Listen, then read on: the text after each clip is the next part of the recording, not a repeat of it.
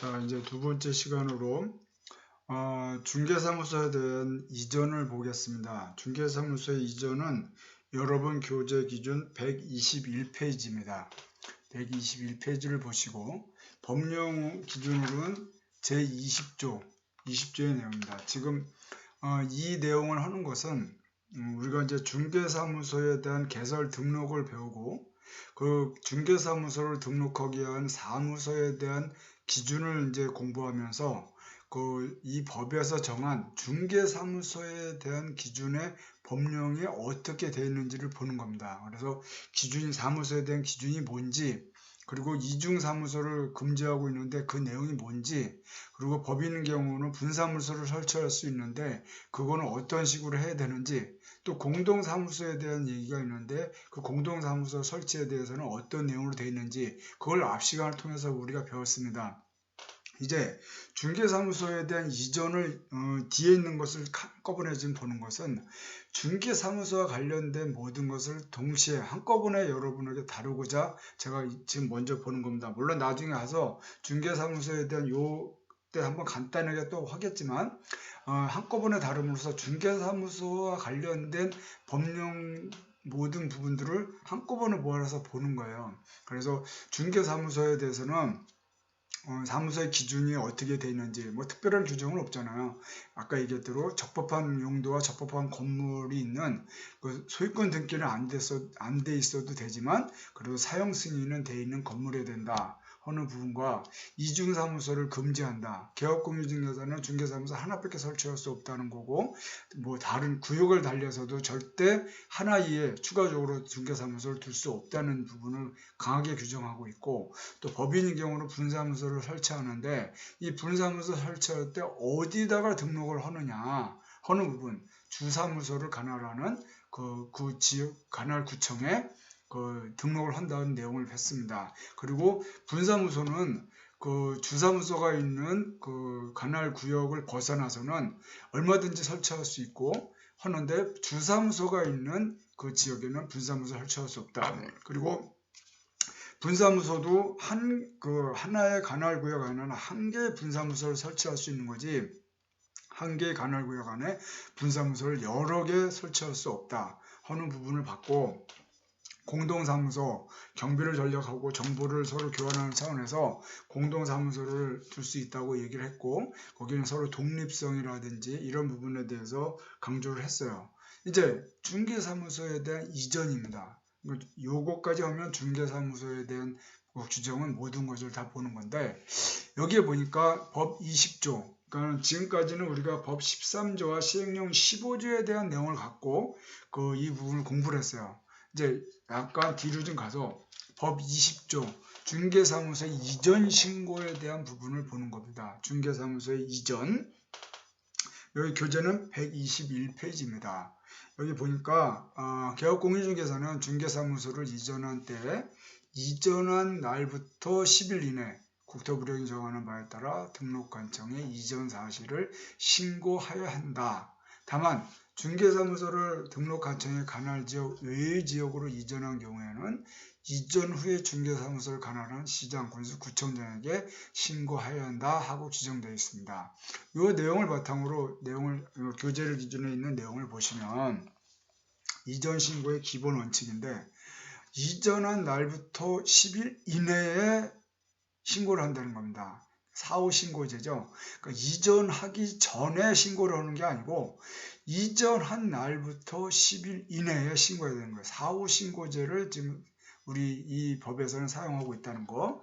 그리고 이전 신고 기간은 이전 후에 중개사무소를 관할하는 등록관청입니다. 그러니까 현재 내가 같은 등록관청 관할 지역에서 뭐 만약에 은평구인데 은평구 뭐 불광동에 있다가 녹번동으로 갔다. 그거는 이제 같은 구역이니까 뭐 같은 구역에서는 이전 후에 어차피 이전 후니까 가서 그냥 이렇게 내 이전했다 하고 신고하면 되는데, 만약에 은평구에서 강남구로 갔습니다. 그러면 어디로 가야 돼요?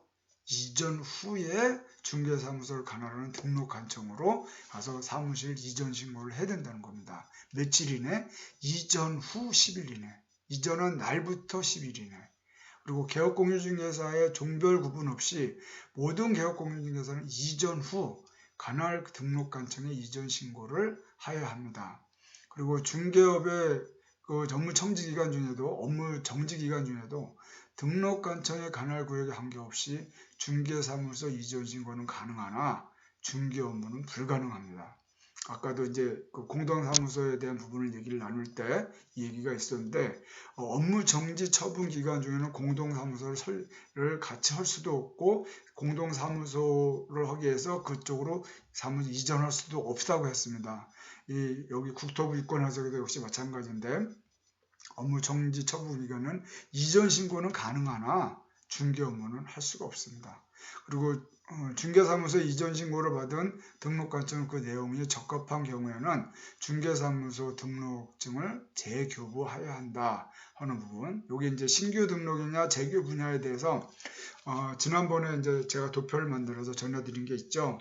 그거 한번 잘 생각해 보시고 어떤 게 신규 등록인지 어떤 게 재교부인지 여러분 잘 보시기 바랍니다.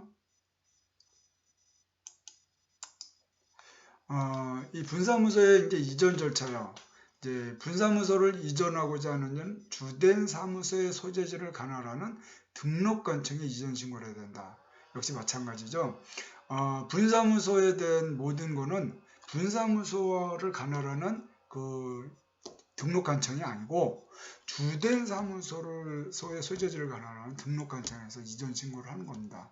이 부분은 이전도 마찬가지고 신규도 마찬가지고 다 똑같은 거 그렇게 보시고 분사무소의 이전 신고를 받은 등록관청은 그 내용이 적합한 경우에는 분사무소의 설치, 신고 필증을 재교부해야 합니다.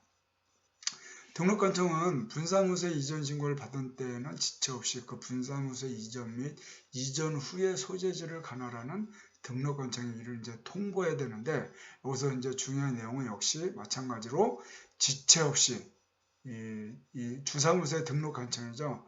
주사무소의 등록관청이 분사무소의 이전 신고를 얻은 지체 없이 그 분사무소의 이전 및 이전 후의 소재지를 관할하는 등록관청에 이를 통보해야 한다는 거 이걸 좀 잘 기억해 주시기 바랍니다. 분사무소의 이전 신고를 받은 경우에는 주사무소의 관할 등록관청은 분사무소의 관할 시군구청장에게 관계자료를 송부하지는 않아도 됩니다. 이 부분, 요 내용, 그러니까 분사무소의 이전 신고를 받은 경우에는 주사무소 관할 등록은 분사무소 관할 시군구청장에게 관련서를 송부하지는 않는데 이 부분에 대해서 통보는 해야 돼요. 통보. 서류를 송부하지는 않습니다. 그래서 이 내용과 이 내용을 결부시켜서 헷갈리지 않게끔 여러분이 잘 주지하시고 이런 거 가지고 이제 공인중개사 시험 문제 지문을 나오면 되게 헷갈려 하는데 이런 부분 여기 이제 통보라는 부분과 관련 서류 송부하는 부분 요거를 기준으로 해서 통상적으로 보면은 소재를 관련 등록관청에 관련 서류를 즉시 송부해야 된다.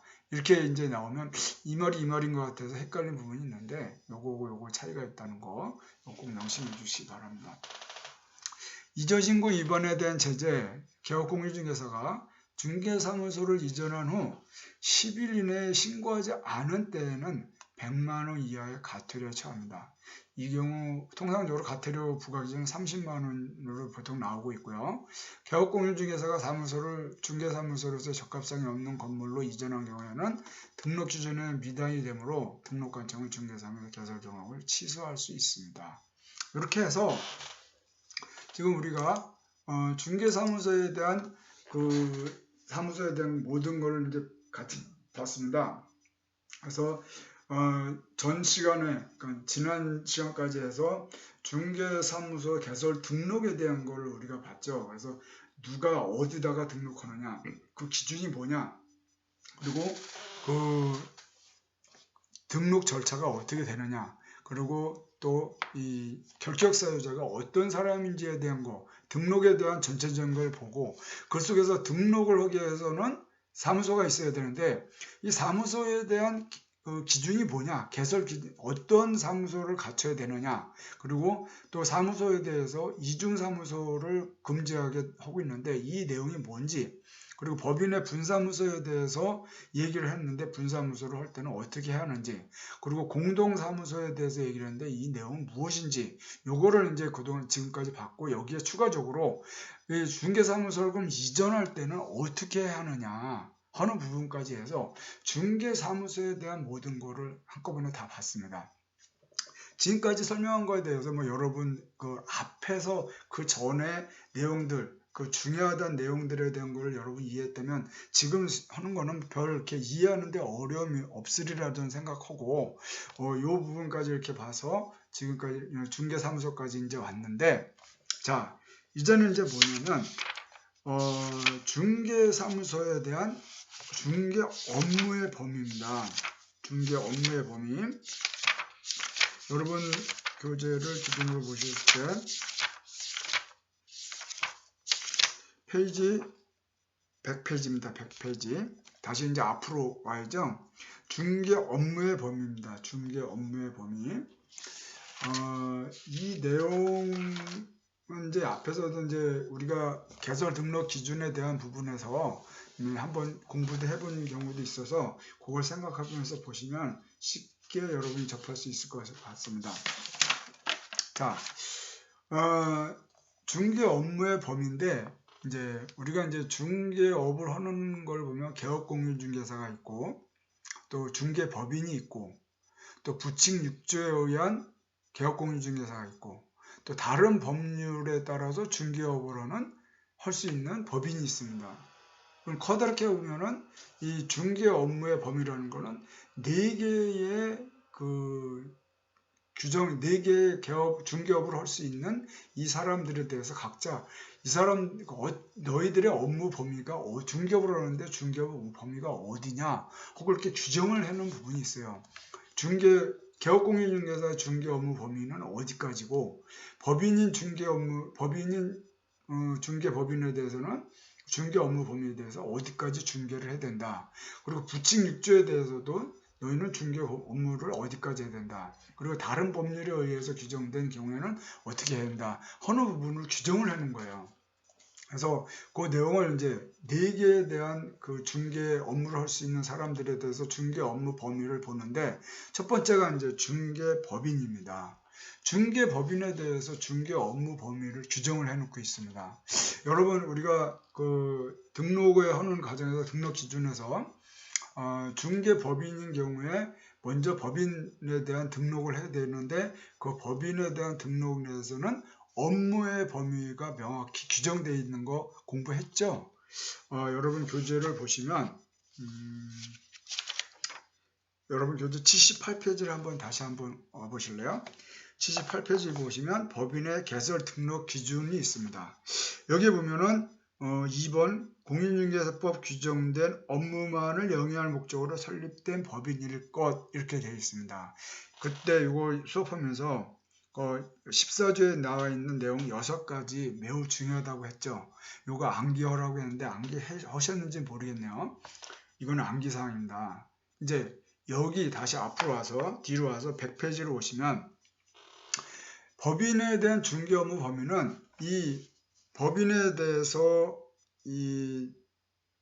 그 설립 등기를 할 때 이런 업무만을 할 것으로 설립된 법인으로 규정되어 있다 보니까 법인의 업무는 결론적으로 설립 등기 내용에 있는 업무 범위에 대해서만 하는 거잖아요. 또는 법의 이 6가지 내용만 중개법인이 업무를 할 수 있는 부분으로 되어 있는데, 이 부분에 대한 내용이 뭐냐, 이 부분 그거를 이제 하나하나 보는 겁니다.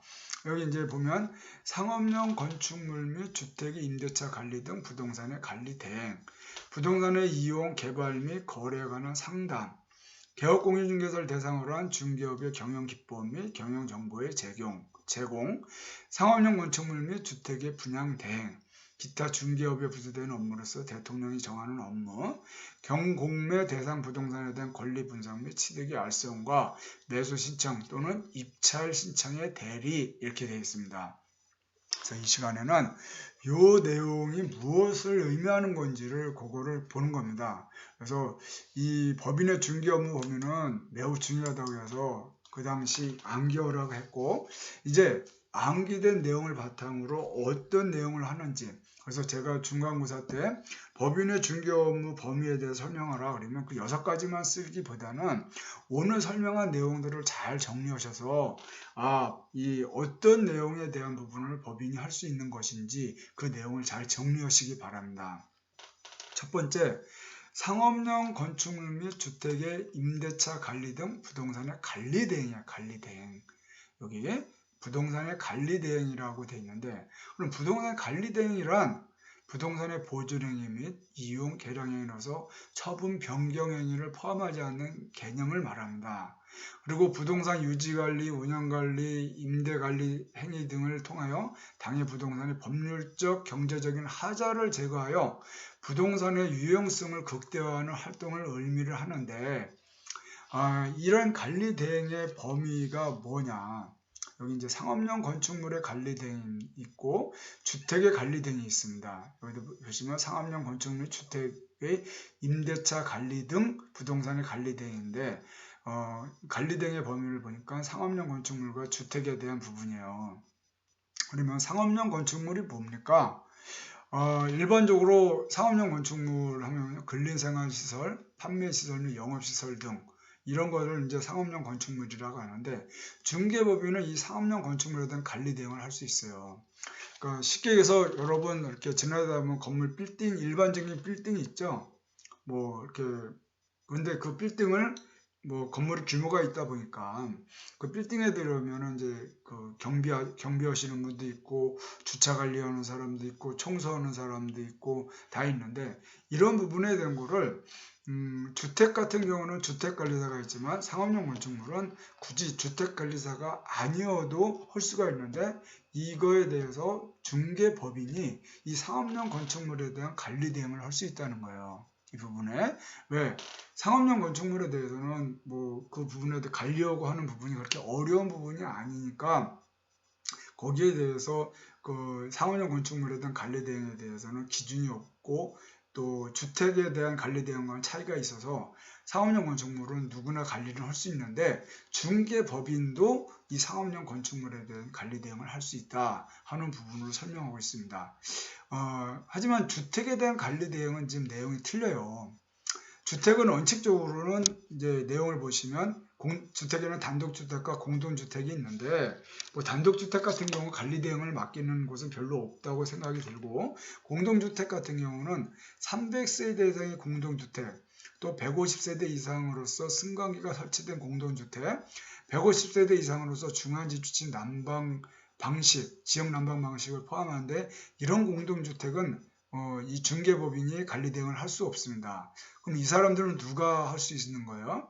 주택관리사만이 할 수 있는 겁니다. 이거는 그러니까 주택관리사는 300세대 이상의 공동주택, 150세대 이상으로서 승강기가 설치된 공동주택, 150세대 이상으로 중앙집중식 난방 방식의 공동주택은 주택관리사가 이걸 해야 되는 거고, 그렇지 않은 300세대가 안 되는 공동주택, 또 150세대가 안 되지만 승강기가 설치된 공동주택, 또 150세대가 안 되면서 중앙집중 난방 방식의 공동주택은 이 중개법인도 이 부분을 관리 대행을 할 수 있다는 얘기입니다. 실제적으로 많이 이루어지고 있고요. 이런 부분처럼. 그래서 주택관리사가 할 수 있는 기준을 벗어난 그런 주택에 대해서는 중개법인도 이 관리 대행을 할 수 있다 하는 부분을 설명하고 있습니다. 그래서 상업용 건축물 주택의 임대차 관리 등 부동산 관리 대행에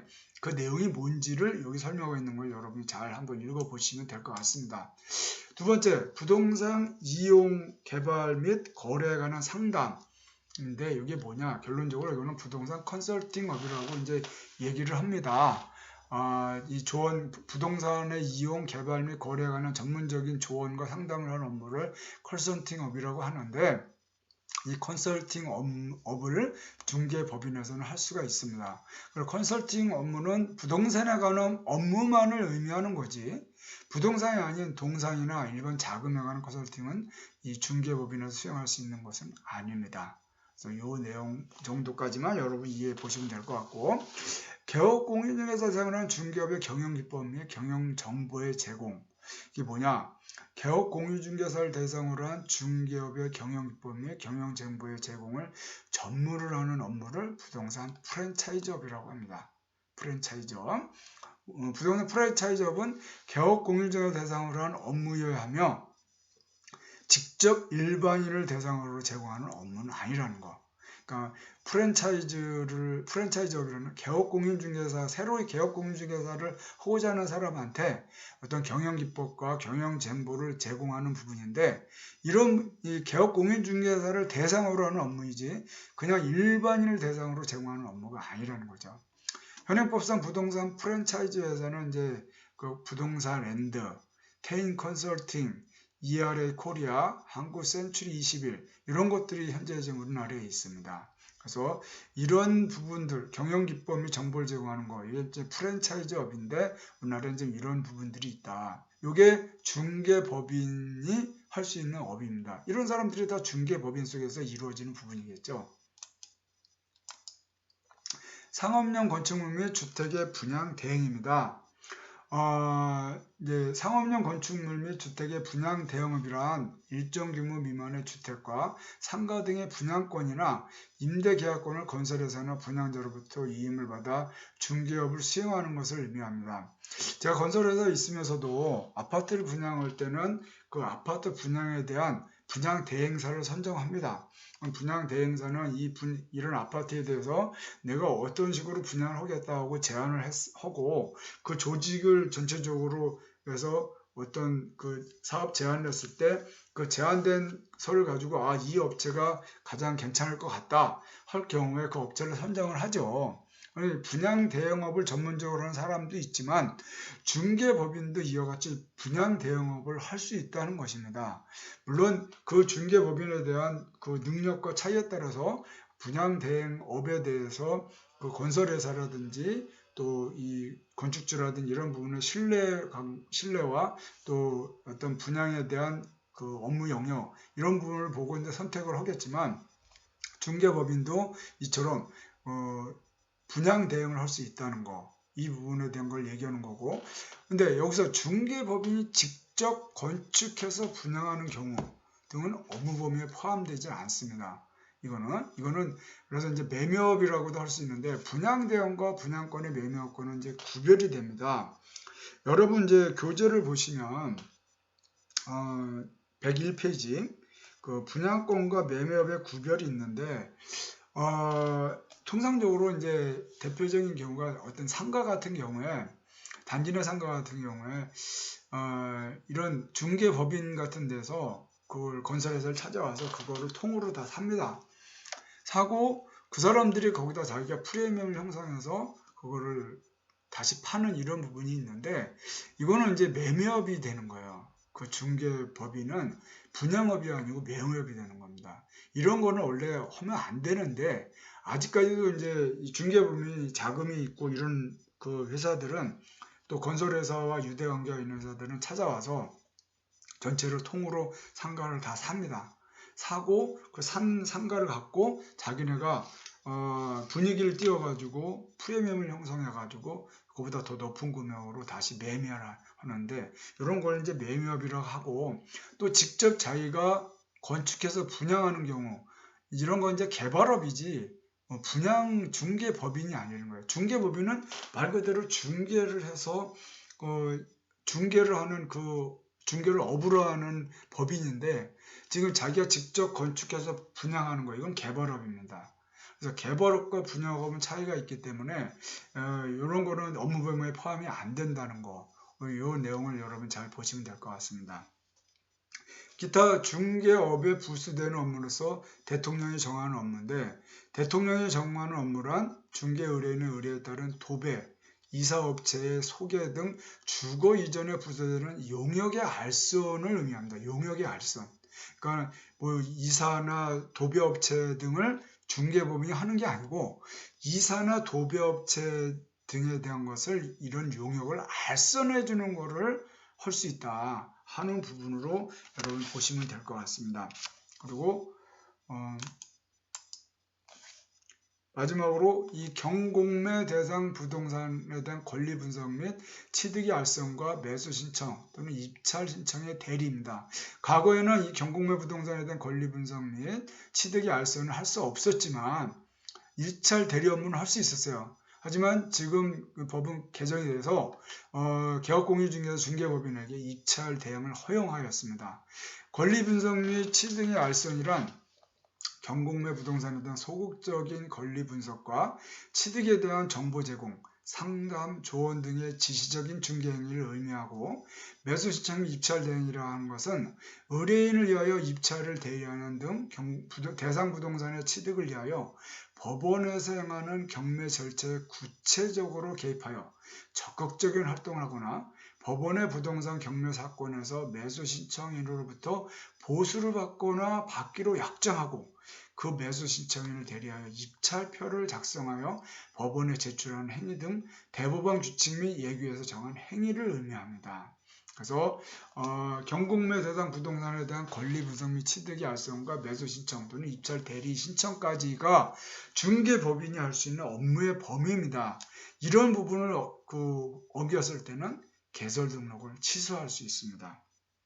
자, 여기까지 해서 중개 업무의 범위 부분 중에서 첫 번째 중개법인에 대한 걸 이제 봤는데, 이제 다음 시간에 개업공유중개사에 대한 업무의 범위, 또 다른 법률에 의해 중개업을 하는 경우의 업무 범위, 그리고 부칙 6조에 의한 개업공유하는 이 개업공유중개사 업무의 범위를 이제 보면서 다음 주가 중간고사입니다. 중간고사에 대한 안내를 할 테니까 끝까지 잘 들으시기 바랍니다.